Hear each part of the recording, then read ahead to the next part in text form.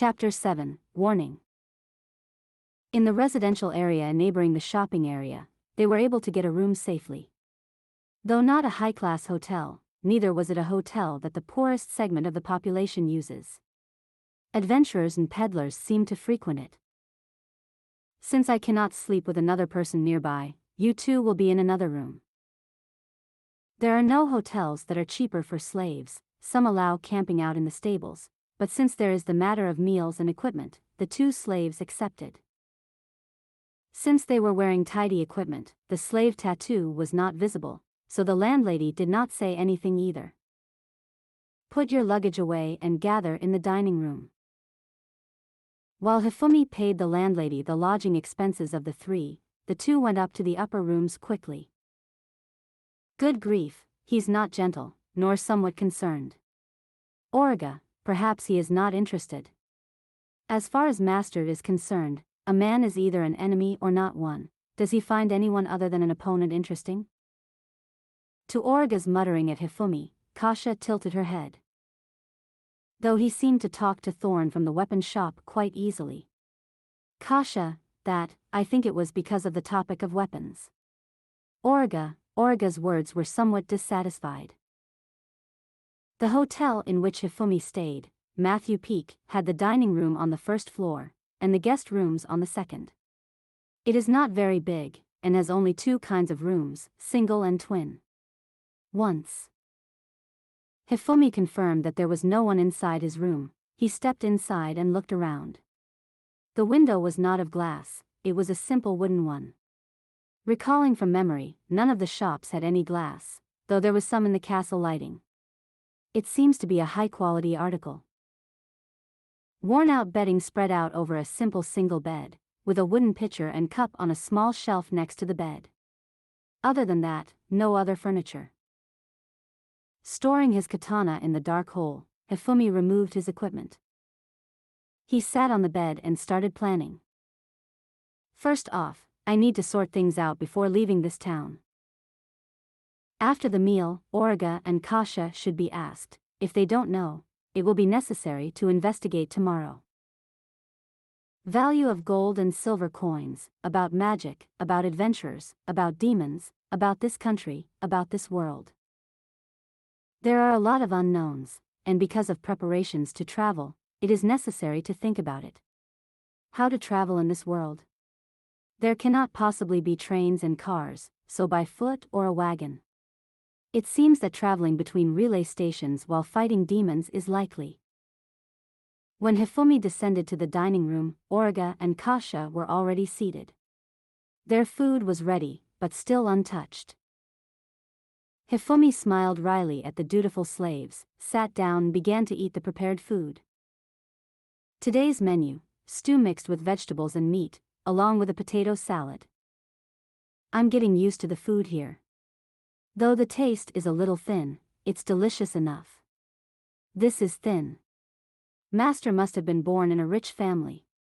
From the conversation during the meal, it seems that salt and sugar, etc., are not very easy to obtain. Especially so for the castle town they were in. It took 10 days or more for the wagons to come in from the sea. After the meal, I am coming to your room. To this casually delivered sentence, Origa and Kasha react with a twitch. That is understood. Though Kasha started to say something, Origa interrupted with an acknowledgement. The double room which Origa and Kasha were using, it was simply double the size of the single room and had 2 beds and shelves. Hifumi sat on one bed, and the two sat opposite him with their arms folded and listening hesitantly. Suddenly, Kasha lowered herself to the floor and bowed deeply. I have a request. So suddenly? Changing your way of speaking, that's disturbing. Disturbing. Please do not lay a hand on Origa, is my request. I will take her place. Kasha. At this unexpected incident, Origa opened her eyes wide in surprise. Origa, her body is not so strong, that sort of thing is too early. Ah. Looking at Kasha's deeply flushed face and her hurried words, Hifumi understood her explanation and laughed. Don't laugh. Please. When I was bought, I was prepared for such a thing. Kasha, me as well.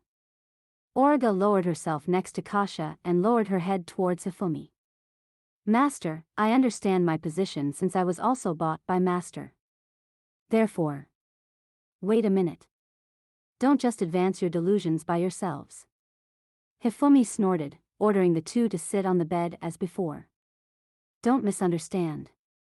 I haven't particularly thought of sleeping with you. But purchasing us, two women as slaves. That kind of implication can't be helped. For now, because Kasha and Origa are beautiful women, that kind of thinking was to be expected. That is not my purpose.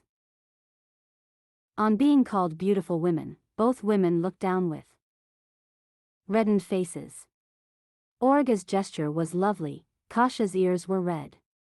Their aura of adventurers completely dissolved, becoming that of young women instantly. I do not wish to sleep with an unknown companion, would rather do so with a consenting partner. Using a situation to do this is something I absolutely dislike. The mental strain suddenly released, Kasha gaped at him with her mouth open. Therefore, Hifumi did not intend to treat them like slaves, he continued, today, my feeling of slaughtering was completely satisfied. In the first place, I don't feel the need to sleep with a woman. To these words, Origa and Kasha were shocked. After waiting for the two to calm down, Hifumi began his knowledge gathering. The various coins are gold, silver and copper. 1 gold coin is 100 silver coins, and 1 silver is 100 copper coins. The demons are of 2 types, the beast type and the undead type. The beast type has particular disposition to the ferocity of animals. The undead type has zombies or ghosts. Due to the territorial nature of the predatory demon kin, the chances of encounters rise on leaving towns and highways. Magic has the fire, water, wind, earth, light, dark attributes. Though there are many who can practice magic, especially due to systematization, the usage seems to differ based on the image of the individual and the teaching of the master. Generally, the magic and image are brought together by the staff, but a skilled person can, with practice, use magic without the staff. This country, Orson Grande, is the largest human-ruled highly populated country, but young men are conscripted from the rural areas, the humans' unreasonable parts emerge. The adventurer refers to a person registered to a guild, where a branch exists in each city, and their jobs involve demon subjugation, arrests etc. and receive rewards for it. Kasha had registered along with Origa with a guild in this castle town for 2 years as active adventurers till the day of their mistake. Guilds, huh?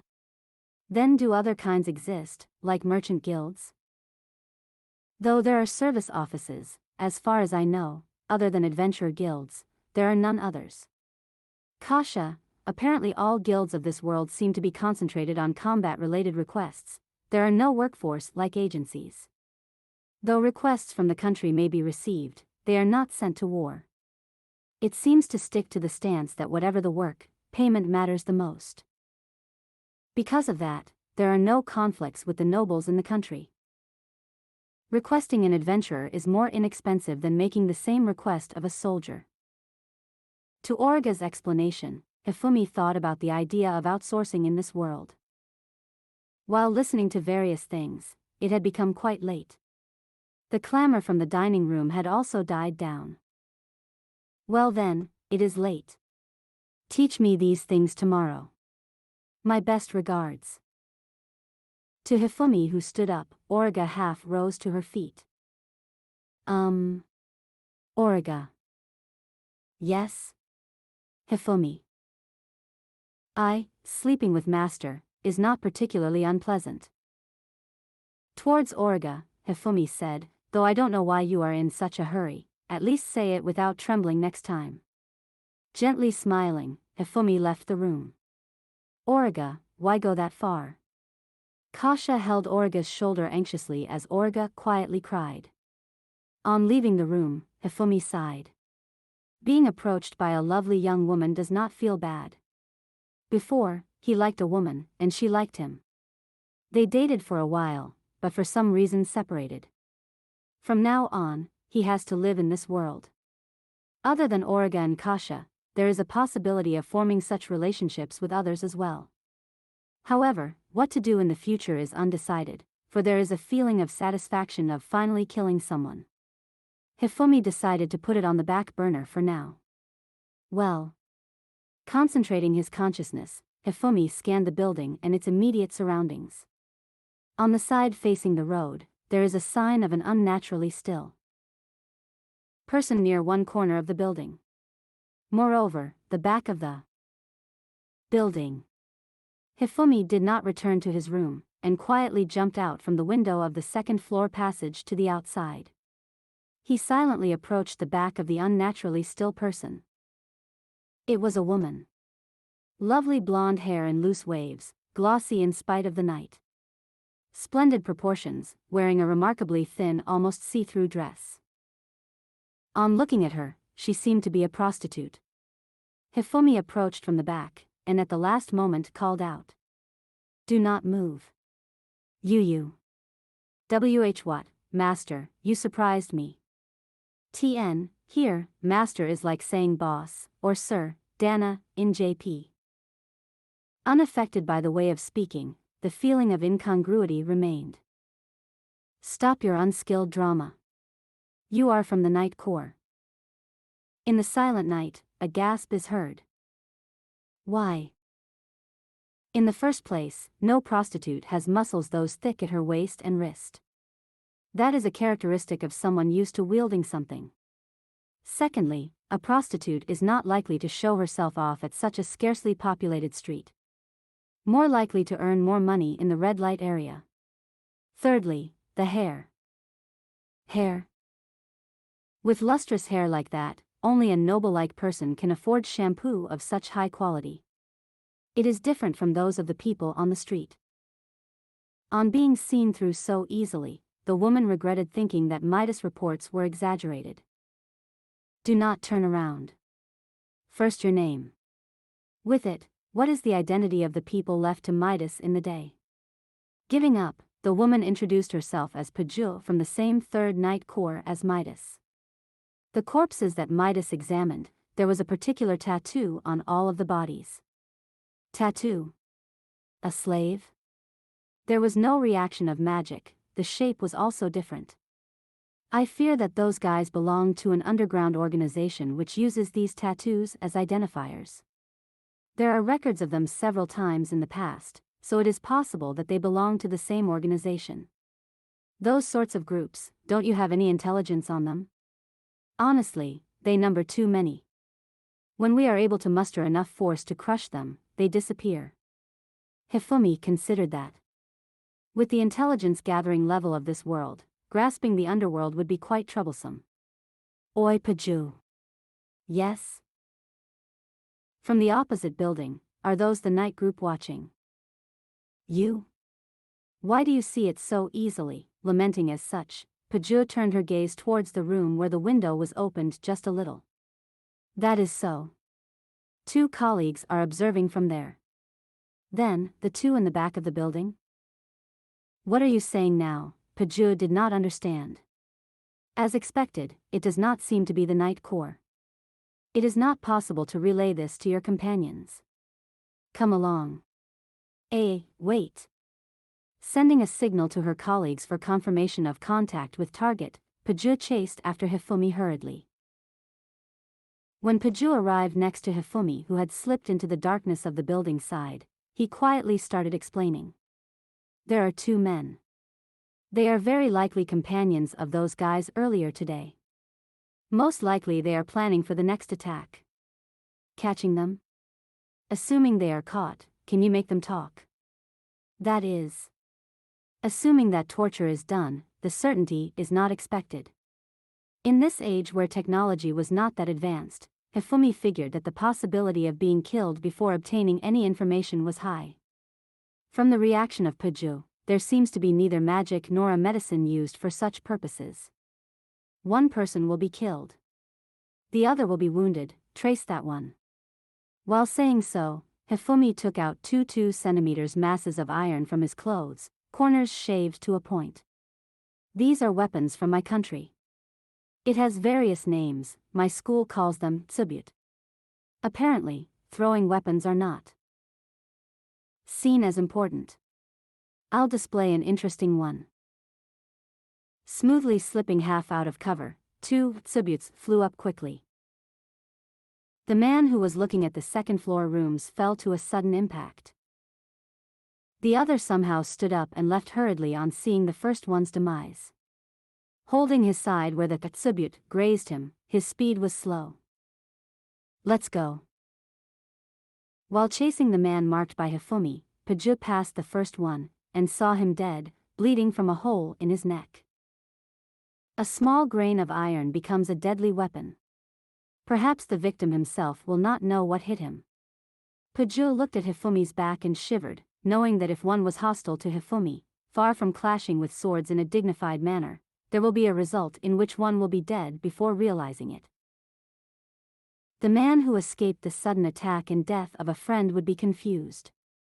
Not paying attention to the surroundings, he entered the aristocratic block, not far off from the castle, and disappeared into the back door of a large mansion. Hifumi verified from a distance that the man had entered the grounds. Following him, Paju also saw it. There, that is Marquis Raglane's estate. Marquis, huh? That guy is a big shot, eh? Moreover, one of the knights killed by you in the audience room was the second son of the family head, Marquis Raglane. After saying that, Paju realized her mistake. The second son of Raglane died attacking Hifumi. That time, Hifumi had made the king, the father, pay for the princess' crime. Then, what will Hifumi do in the residence of a hostile person? Retrieving his katana from his waist, the answer is clear from Hifumi's smile. Is that so? That's extremely good to hear. Paju regretted not having had the other knights follow her. Well then, I must warn you not to trouble me. Not thinking the warning was necessary, the dress-wearing knight shook her head.